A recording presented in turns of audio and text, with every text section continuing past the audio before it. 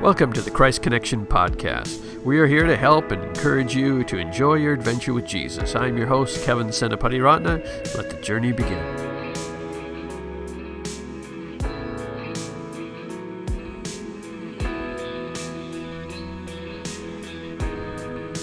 Well, hello there. This is Kevin Senapati Ratna, and welcome to another episode of the Christ Connection Podcast. This is episode number 5. Hard to believe, but here we go. My guest today is a joy, Terrence Talley. Along with being a genuinely nice guy, he does school assemblies around the country. Even recently, he was the MC at a youth convention where my daughter was at, and along with 4,000 or over 4,000 others were in attendance. Along with talking about his new book, it was fun to sit down and talk with him about his beginnings and how he got into the assembly world. I think it'll also be helpful for you to listen to how Terrence takes care of his inner world so that he can continue to help others. I think this conversation has some great nuggets, along with a general call for us to hear the love of the Father and experience that love. Terrence is a friend, so we also have some fun, and I think you will enjoy this conversation. So without further ado, my conversation with Terrence Talley. Terrence Talley, welcome to the show. Thanks. I'm glad to be here. Now, just to give our listeners a context, we are at North Central University, where both of us went to school. Yes. In Minneapolis, Minnesota. Well, now the question is, when did you graduate from here? Well, I sort of graduated. So I did the 3-year program and got 94 to 96. Oh, nice. Okay. And you were? I was 2003 to 2008. So as you can tell, he's the young guy. I started school late. You were 25 when you started? No. Yeah, like 22, yeah. Oh, okay. Yeah. He's still a young man. He looks. I'll take that. He's got all his hair still. And then we met over the years. I recall. Well, kind of our main basis is we were part of the same home church for a while. Yes. You were youth pastor. Is that how you started? Yeah, that's how I started. Well, how I started was I was like an evangelist, and then I became the youth pastor, and then back to evangelist.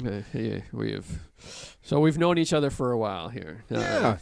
And so we're going to have some fun with this conversation. Absolutely. And just since they can't see, we're both superhero people. Well, they wouldn't be able to see that even if they're here, but that's important for this conversation. Everyone knows that right off the bat. I don't know why. I thought you were going to say we're both black. And I was like, I guess if that's what you want to call yourself. Well, no, I'm not, but all right. I wasn't going to say yes or no. So being superhero people, we should probably... Every superhero has an origin story. Yes, absolutely. And your origin story, I think, plays into what God's doing in your life today. Yes. So just kind of take us back to that. Yeah, I'm taking you back. For me, it all started when my parents, they got a divorce when I was like 2 or 3 years old. And my dad, he was an alcoholic.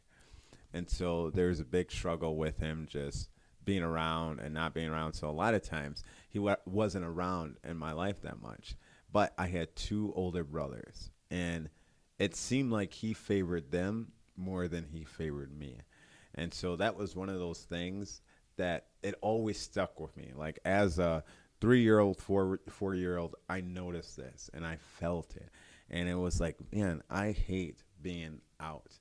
And I hate being the outcast of somebody who's supposed to love me unconditionally.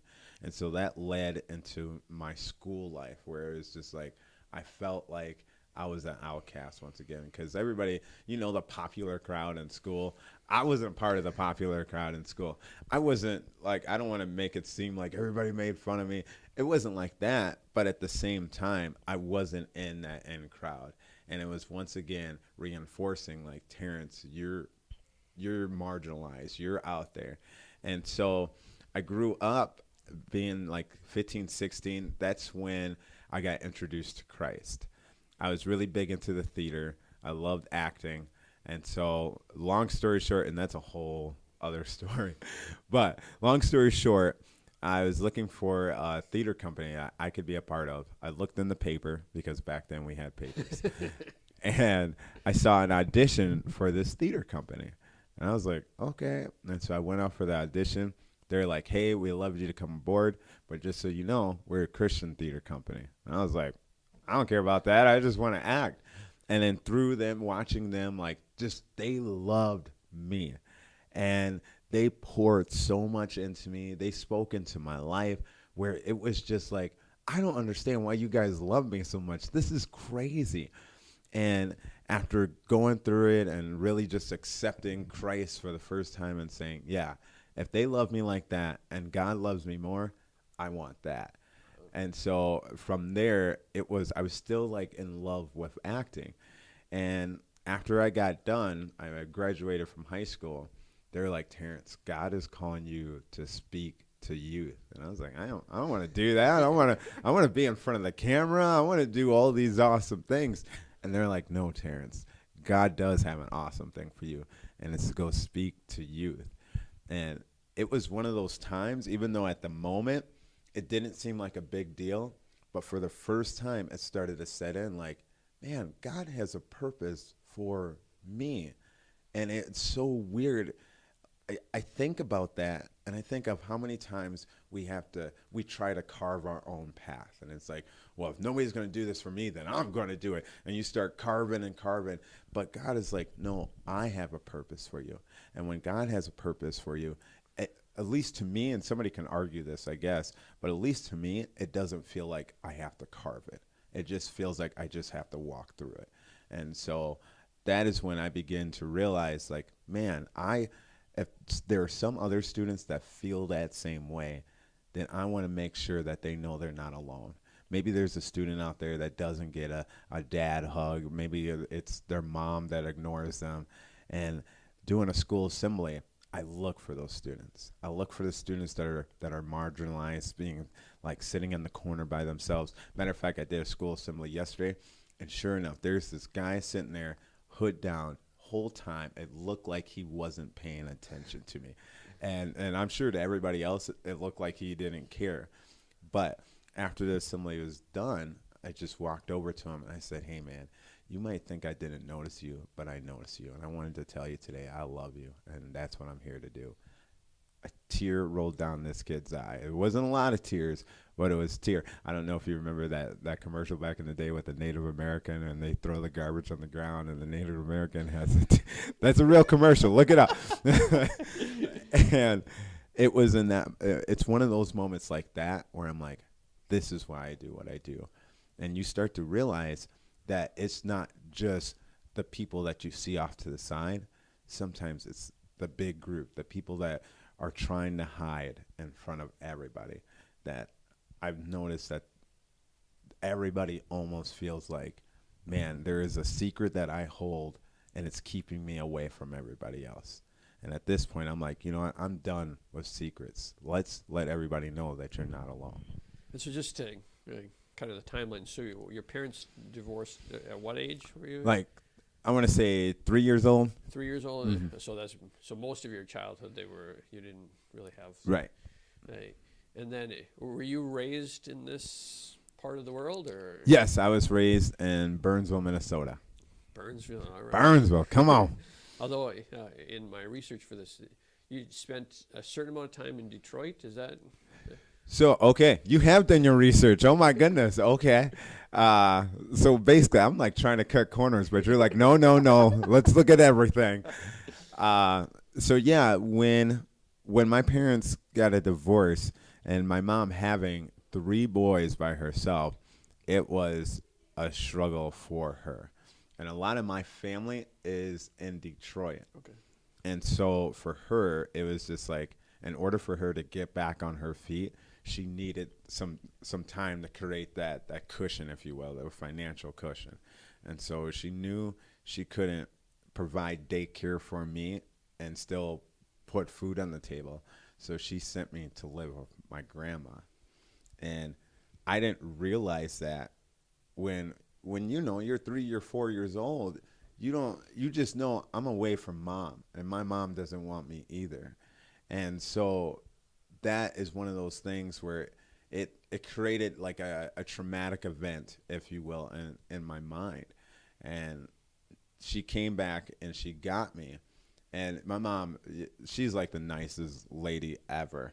And just by talking to her, you will see that was not her heart whatsoever. And it was one of the hardest things she had to do. But, and to me, it was just like, I don't need Terrence.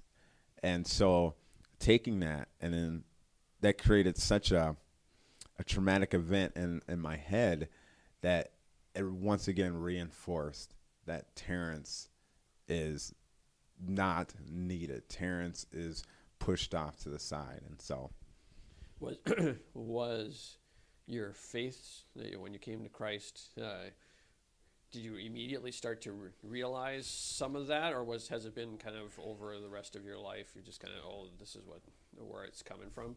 It's been over the rest of my life that I started to realize a lot of this. Even then, my wife's going to school to be a counselor, and so she's reading all these books. And even 5 seconds in talking to my wife, you will realize she's way smarter than I am. And so she is one of those people that doesn't just get stuff done for class, but she'll do everything before class. They gave her the syllabus and what they're going to talk about. She already read all the books before even class started. And so she's reading all these counseling books, and she's just like, Terrence, you need to read this book. And so I sat down and I started to read it, and I am in tears. And I am just like, he is talking to me. And it was an unbelievable God moment where he started, as I'm reading this book, he's starting to bring up these memories. And it's like, man, that was not what my mom intended. And that I've been carrying this around with me, and it's time for me to let it go. And with that, it was just like such a healing process. If anybody wants to read a book, I'll never forget, it's called Unlovable. And it goes through the whole process of why people feel like they're unlovable and what shame is. And so I would encourage anybody and everybody to read that book. It's really good. Do you know the name of the author? I knew you were going to ask me that. I knew it. I'll look it up. It's fine. I'll put it in the show notes. I know it sounds like it's a lady, but it's actually a dude. And so I'll look it up. I don't remember. Unlovable. Yeah. So do you think it's out of because you experience those things that you can empathize so well when you're doing those school assemblies? Right. And so that's always been my heart, is I want to speak to me, and I want to go back in time and be able to tell that little Terrence, like, dude, I see you, and you are good, and you don't need to worry about how you feel like nobody notices you. You don't need to worry about whether you're going to have a future or not. Like, you will, and just enjoy who you are right now. Stop looking at yourself as less than and comparing yourself to other people. And I'm not going to sit here and be like, yeah, I don't do that no more, and I'm great, and I know God loves me. But at the same time, it is during those moments where, you know, you are looking at social media and you are seeing everybody's highlights and you're experiencing your backstage. And those are those moments that you have to remind yourself, no, like, God has a purpose for me, and God did not create this so I can look at everybody else and be like, wow, they're just living their best life, and I'm over here trying to get somebody to book me for something. And so, So you were in this theater company, and they began to speak to you. The theater company itself was saying you need to do stuff with youth. Is that kind of right? And so the theater company, it was called Homeward Bound Theater Company. Yeah, makes sense. Homeward Bound Theater Company. And what they did was they would put on these teen issue plays, and they'll go around to like schools and churches and put on these plays, and sometimes like drama sketches, not skits. There's a difference between sketches and skits. Sketches, you rehearse. Skits, you just make it as you go. So we did drama sketches. And afterwards, you would come out and you would talk about how you dealt with that issue. Or if we were at a church, it was like you would talk about how God helped you through whatever it was. And so when I joined, I only joined for the acting. But of course, they're like, okay, you got to speak. And I'm like, no, I just want to act. Like, what do I need to do to speak? They don't want to hear what I have to say. I'm a pretty good actor, so that should make up for it. But they forced me to kind of like say my story. And it was from there that I don't know if I developed a love for speaking at that moment and speaking God's word, but it was one of those moments that I developed a love for people and for seeing the need for people to know that God loves them. You said you kind of became a follower of Christ during that. Were they having you up speaking before you? Okay, this is right. When people hear that, they're like, that sounds so horrible. So it was one of those points where they got me involved in the theater company, and I was acting for a while. Okay. And as things were going on, they started to see the change that I was having and how God was just working on me. And when they started to notice, like, man, Terrence is really, like, starting to fall in love with God, then that's when they're like, okay, you can speak now.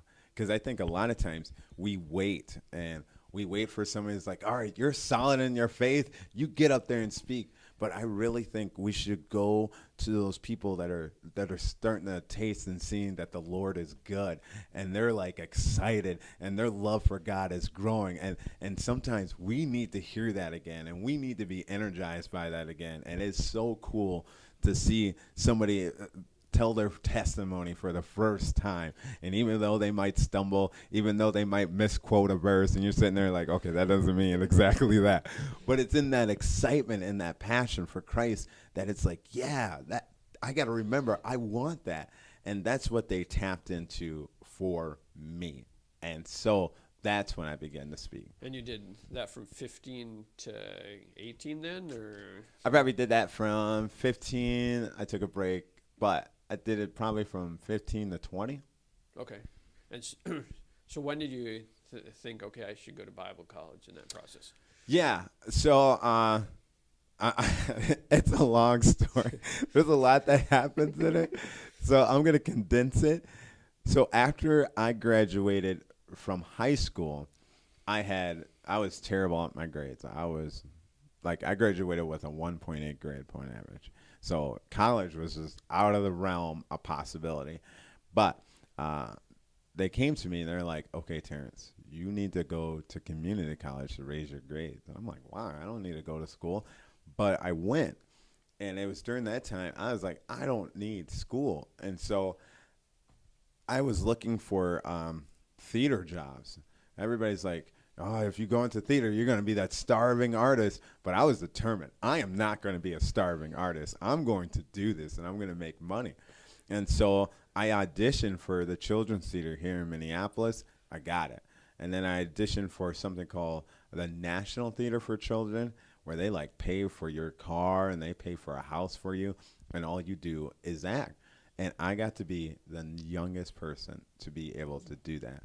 And I'm like, see, I don't need to go to school. I can do this. But it was an experience, and once again, I'm cutting out a lot of things.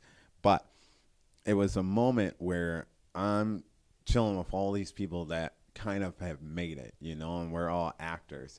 And I'm chilling out with them at this party. And everybody just, you can feel it, like back then I couldn't quite explain it, but there was a darkness there, and it was, you knew it was void. Like I know now it was void of God. And I was just like, what is going on? I don't understand. And next thing you know, somebody like kicked open the door and they're like, the party's here. And they put down a plate of Coke on the table. And at that point, everybody started to like snort Coke. And I'm on the outside. I heard it. God was like, do you want to be happy or do you want to act happy? And I was like, I want to be happy. And so I left. I called the theater company. I was like, I have to go home. I can't do this anymore. They sent me home. The minute I got home, people from the theater company are like, Terrence, we got to go to lunch with you. And I was like, oh, gosh, here we go. And they're like, Terrence, God is calling you. You need to go to school. And I was like, I guess. And the director of the company, he was actually working at North Central at the time. And he was like, Terrence, you come to the school, you come to North Central, and you can help me build a theater program here. And I was like, okay, I guess. You know what the crazy thing is? I didn't do anything in theater once I got here. That was the crazy part of it. Like, I did a couple of sketches here and there, but I was in no plays, nothing like that. And from the moment I got here, it was like God was like, all right, let's go. I know what I'm doing with you now. And so you were a pastoral major at that point?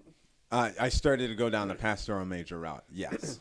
Mm-hmm. And then leaving North Central, did you jump right into the assemblies from there? Or? You mean the assemblies guy like doing assemblies, right? So I started to, when I was about to graduate, I was trying to figure out what I wanted to do, and I started to do stuff for the missions office. And I just missed an important part. Okay, sorry. So I'm going to back up. So the year before I was about to graduate, I got voted student body president at North Central, we're here at North Central. And as student body president, you need to speak to the freshman class every year. So I spoke to that freshman class. I put together this whole thing, and I talked to them. And after I got done, the missions director at the time was like, you know what? I think there's something that we can use here. He's like, I do school assemblies as well. Why don't you just come and check everything out and see what you think? I'm like, okay.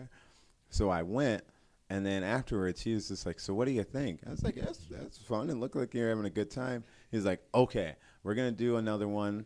And he goes, I want you to come up with like a 3-minute story. I was like, a 3-minute story? Like, how do you put a story in 3 minutes? But I sat there and I worked on it, and I got it. And after I did one, they're like, okay, let's work it to 5. And so from there, that's when it started. But after my 4th year, I was in North Central for 5 years because we all need that extra year. And during that time, that's when I had to do my internship and everything like that. And so that's when the assemblies started doing the assemblies started for me. Okay, so that's you've been doing that for almost over a decade now. Right. Oh my gosh! Don't say that. I always feel old when I think about that. Oh. Yeah. And how would you say the assemblies for you has changed over the year? I mean, how you do it, and kind of how the culture maybe has changed. Right. So how I've done it, before it was, hey, tell a story here, tell a story there, make them laugh, and then have a good message. Like, okay, here's the message of all this craziness. And it seemed like for the school assemblies at the time, it seemed like they were more attracted to the lights, and we brought a band with us, and they're playing live music, and that was kind of what excited them. But now, over time, I'm starting to see, especially now speaking to Generation Z, they don't want the lights. The band's cool, a DJ's cool, but they want to know, like, are you real? Are you going to be a real person in front of us?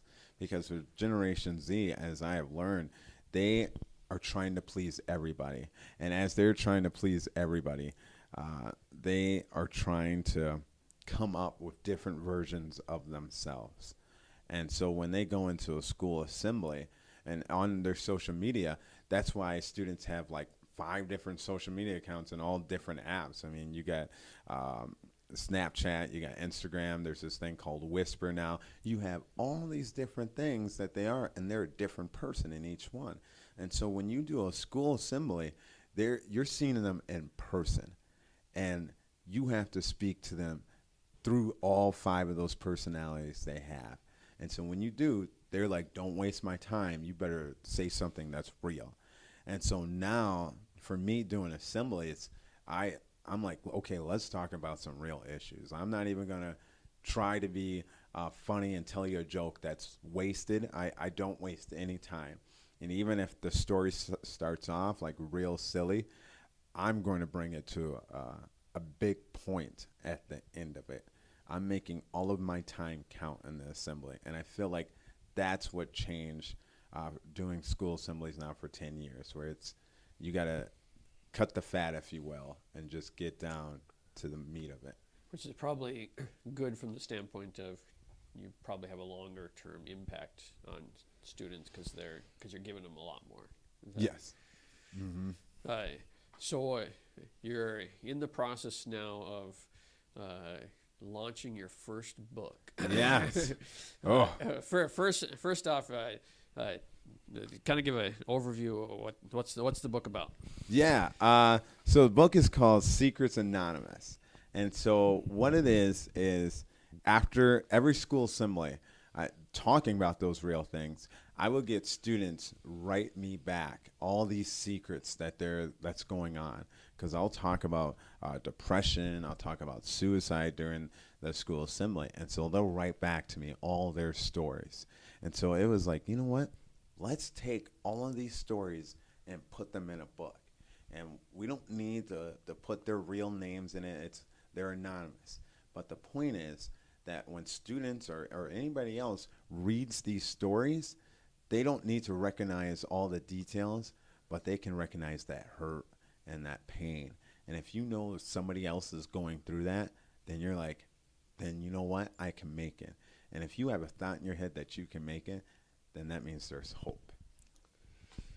And then, from what I understand, each chapter kind of has a resource attached to the end of what they can do with that? Or? Yes. So each chapter is broken up into different issues. And so one issue is like bullying.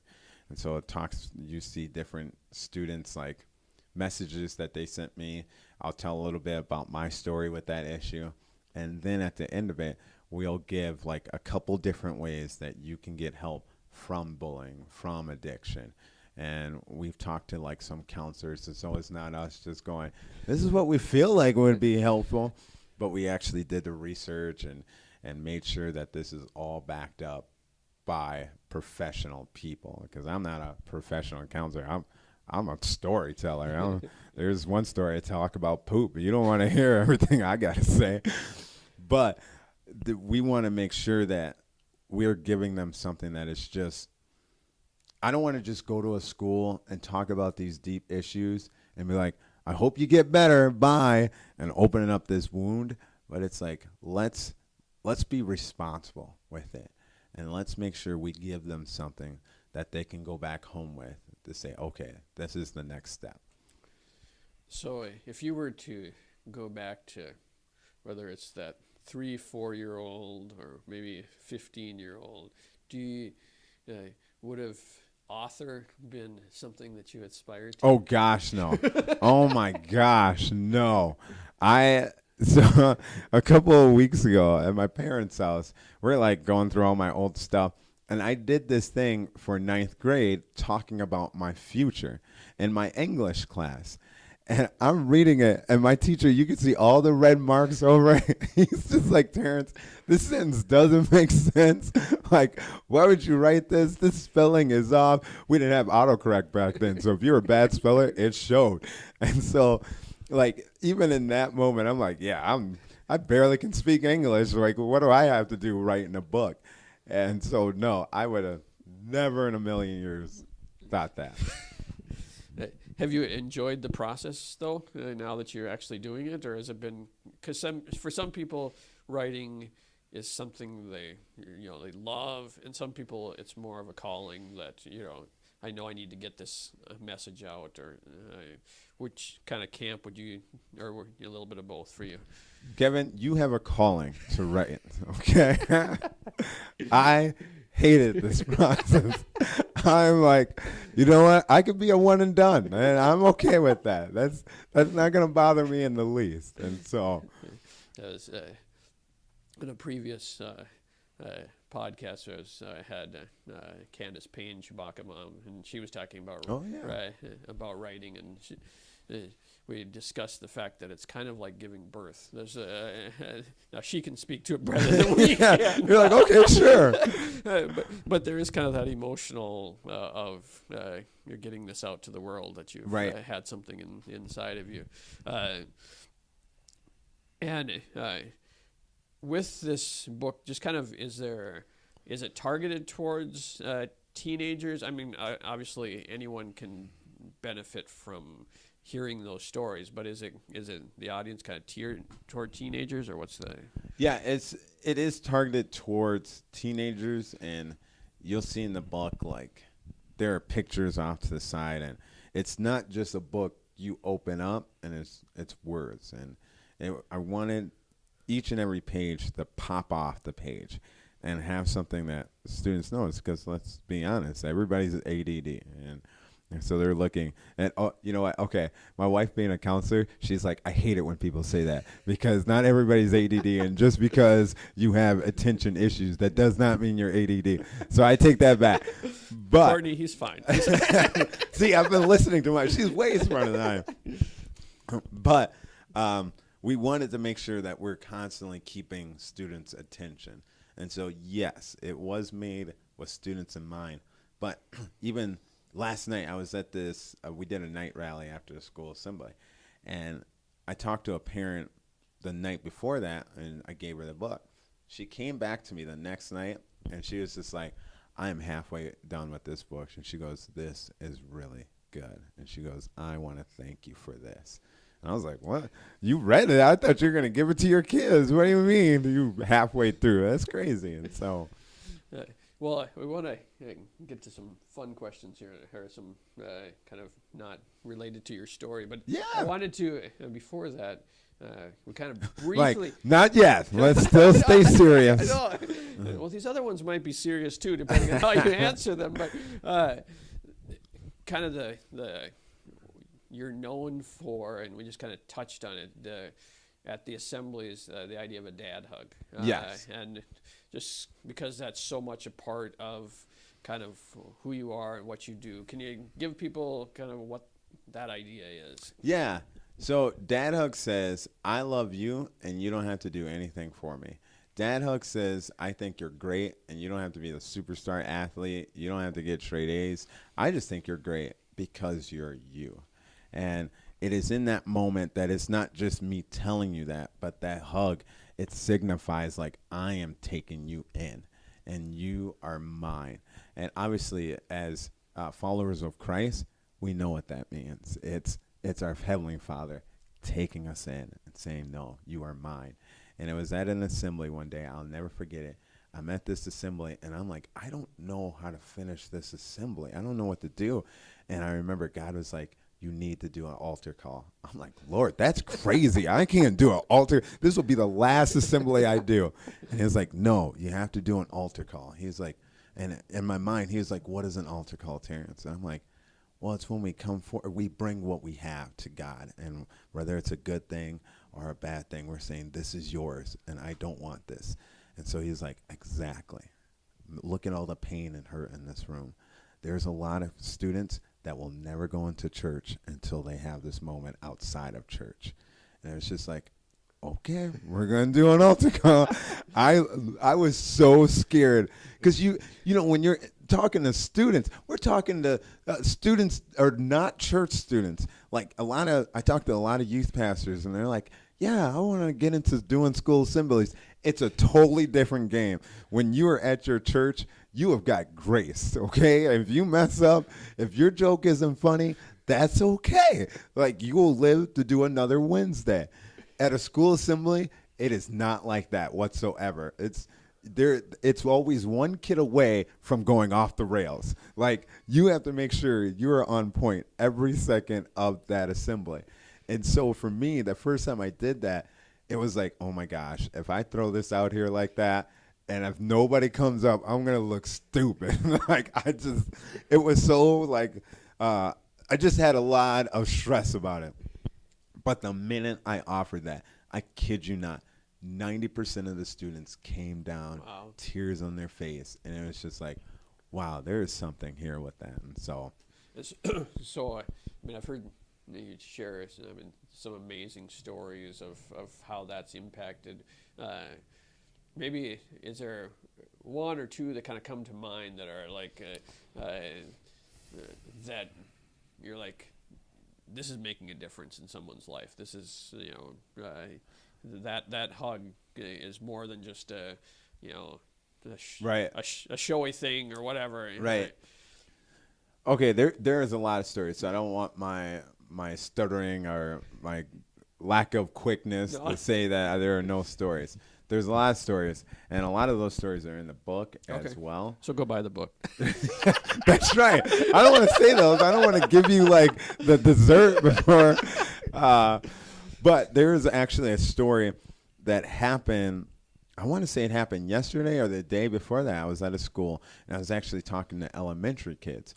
A lot of times, I talk to elementary kids, but I don't like get really like those stories, and I'm like, yeah, this happened. There are tears everywhere. But at this assembly, I will never forget it as long as I live. I'm in the process of talking about a dad hug and how everybody needs a dad hug, and I'm not going with the stories that are super serious that make students or high school students like break down. I'm just like, hey, everybody needs a dad hug. I love hugging my little girls. And I was like, you all need dad hugs. And this kid, in the middle of me talking, comes up to me, comes out of the stands. He looks at me and he goes, I want you to know I love you. And I get made fun of all the time, but now that you're my friend. And he was like, gave me a hug. And even now I'm going to cry. And it was in that moment where I was just like, oh my gosh, even these kids at an elementary age, they're going through it. And they don't have somebody telling them that they care about an elementary kid. And this isn't like a 6th grader or a 5th grader. This is like a legit, he must have been at oldest 3rd grade. Wow. And he came out of the stands and he was just like, you're my friend now. And it was just like, oh my gosh. And so, yeah, I will never forget that. That's amazing. It just speaks to the world we live in, and what the need for love is just so strong, and people are going through so much, and they don't. They're hidden, right? And so you're able to bring them out. So shifting gears, thinking over the last 5 years, is there a new belief or behavior or habit that has most improved your life? So something that maybe you thought before, maybe it doesn't have to be a spiritual thing. Yeah. It could just be something that you believed before, or some new habit that you've acquired, you've taken on. You look like you're working out. No, I just yeah, right. No, no, whatever. these are in the genes. This is DNA coming out. A new habit I've acquired. One of a mentor of mine is Reggie Dabbs. And I don't like to throw his name out there a lot because everybody's like, oh, Reggie Dabbs. And everybody says they know him. And I don't want to be like, well, I know him too, and he's helped me. I never want to name drop. But he taught me the seriousness of being able to speak in the students' lives.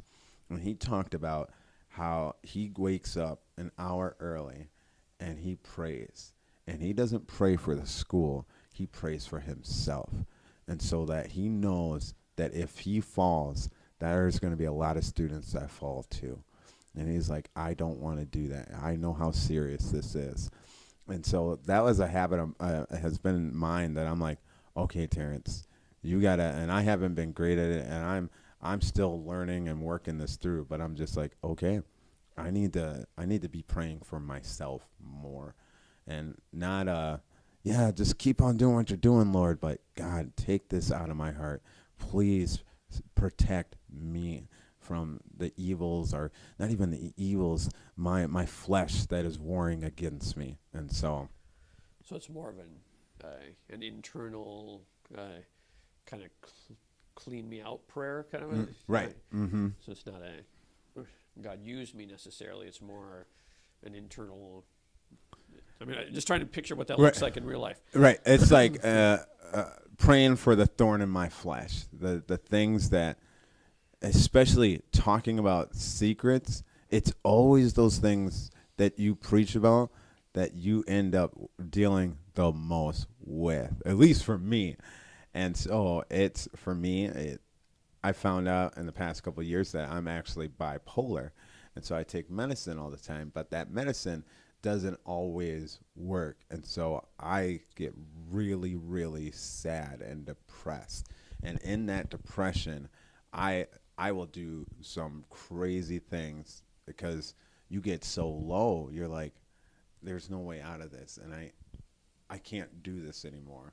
And so it's not just taking your own life, but it's getting into drugs or it could be a lot of different things.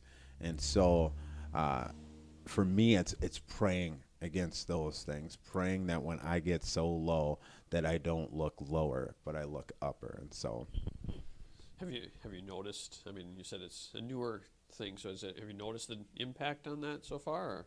The prayer? Well, or the praying, should I say?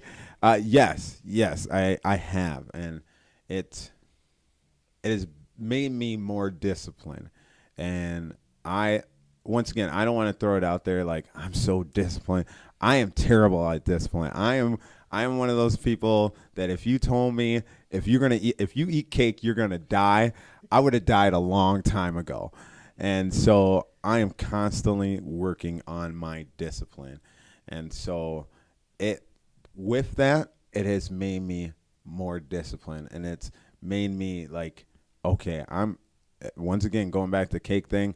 Okay, Terrence, if you need to starve yourself, then you need to starve yourself. If cake is the only thing you can eat, and if you eat it, you're going to die, then every single day now, I've got to work and be like, I want to die more than I want to eat. Not like physically. Right, yeah. You get what I'm saying. So if someone was trying to, they look at that and say, okay, I need, I hit those lows. And they're like, I can't do that hour thing right off the bat. I'm not there yet. Do you have any recommendations of kind of where to begin? I mean, from a bipolar standpoint, obviously go get help. Yeah, start absolutely. there. But then once you've gotten that, what kind of would be the next step kind of in your recommendation? So what has helped me a lot is pairing my time of prayer and reading the Word with reading a book that like sticks out and is something that I'm interested in, but with like superheroes. Right. If somebody was to write a follower of Christ would write something about superheroes, then yes, absolutely. But pairing it with something I'm interested in, but with a follower of Christ author. Okay. And so a lot of times, like that Unlovable book, that's how I discovered that, because I'm like, okay, I got to pray, I got to read the Word, and then after that, I'm going to read this book that I'm really interested in. And it was so cool to see how the things that I was reading in this book, Unlovable, was exactly during that time where I'm going through John, or I'm going through Psalms. It was like, it hit right there. And I was like, God, you are so good. I don't know how you did this, but it's worked out. And so kind of along that vein, is there... when you're in your thought process, there are certain quotes or thoughts that I gravitate back towards that kind of guide me, that, they're kind of those pillars, whether they're scriptures or just the quotes that I've heard that kind of, I just kind of go over in your head, and you kind of keep them, their moorings for you to keep going forward. Are there a couple that come to mind that you use kind of in your own self-talk that helps you? Right. So one of the stories, I go back to just different, I'm a story guy, obviously, and so I go back to different stories, and one of the stories that always sticks out to me is the woman that was bleeding for 12 years. And in that moment, as she reached and touched the hem of his garment, Jesus is looking around, who touched me? And then the girl knowing it was her, and Jesus looking down on her, and he says, daughter, your faith has healed you. And it's like, wow, he called her daughter. This girl that everybody thought that she did something wrong, and that's why she had been bleeding for 12 years. This girl who had no answers and didn't know who can help her, but this was her last chance. He called her daughter. And I'm a dad. And I don't just go around throwing out daughter to just anybody like, hey, girl on the side of the road, you're my daughter. I don't say things like that. I know that with my little girls, those are my daughters because whatever they need, I'm responsible for them. And I'm going to give them everything they need.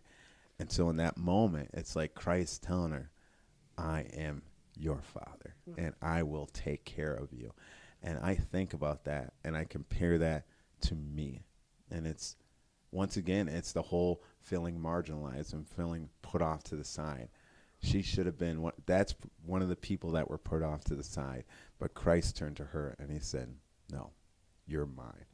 That always reminds me like, yeah, I'm his. That seems to be one of those themes for your life too. It's crazy, yeah. No, you know what? I never even thought about that until you just said it. Now I'm like, wow, that is my life. I don't know what's happening.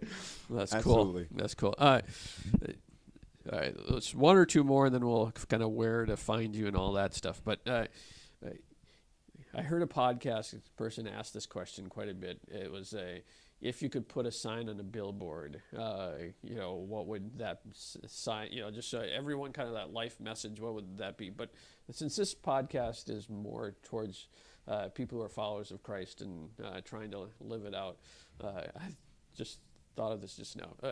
If you could put something in every bulletin in the United States, it could be like a catchphrase, not your website. We'll get to that. But if you could give like one phrase to kind of, whether it's to encourage, to kind of challenge, what would be something that you'd want that next Sunday morning they get that bulletin in their hand, that message is there.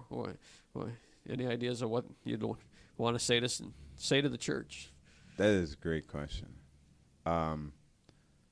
I think for me, just ask me right off the top of my head, I think I would put, I know what you've done, and you're still mine. Wow, that's good. I know what you. Well, maybe we'll have to arrange that once you sell all these books. We'll put them on. There you go. So if let's give the people kind of where all to find you. Maybe they're looking to do a school assembly. Maybe they just want to find out more if you're on the interwebs. I am on the interwebs, the World Wide Web. Yes. And also where to find Secret Anonymous. Yes. So you can always go to my website, terrencetalley.com. I'm sure you'll put my name. Yes. Just spell it right. Everybody spells it with an A. The weird thing is, when I was younger, when I was in elementary, I spelled my name Terrance. Did that all my life until about 8th grade.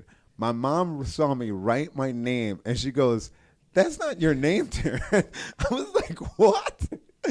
And I was like, wow, I never knew how to spell my own name. And so, yes. So you have a lot of grace for people. Yeah, I do. So all that to say, it is TERRENCE, Talley, TALLEY. TerrenceTalley.com. Yes. And then that will also, they can get Secret Anonymous there as well. They can get it there. You can get it on Amazon, Barnes & Noble. Yeah. Very cool. Barnes & Noble, all the where you find books, right? That place. Yep. It's still around. So. All right. Well, thank you, Terrence, for being on the show. Oh, man. It's been fun. Got some good stuff for people. So. Absolutely. Well, thank you for having me. God bless. Well, there you have it. I hope you enjoyed that conversation. Again, the book is Secrets Anonymous, and you can learn more about Terrence at terrencetalley.com. That's TerrenceTalley.com. But if you're in a place where you can't write that down right now, just come on over to our website, enjoyingprayer.org, and click on the blog, and you find that along with the rest of the show notes. And you'll also find the rest of the episodes so you can catch up on any that you've missed. I hope you're enjoying these conversations and that they're encouraging and helpful in your walk with Jesus, because that's why we're doing it. Would love if you would rate, review, subscribe, share to help us spread the word. I'd also love it if you'd connect with us on social at Enjoying Prayer for Twitter and Christ Connection on Facebook. And if you do, would you please say hi? I'd love to know who's listening. So until next time, thanks for listening.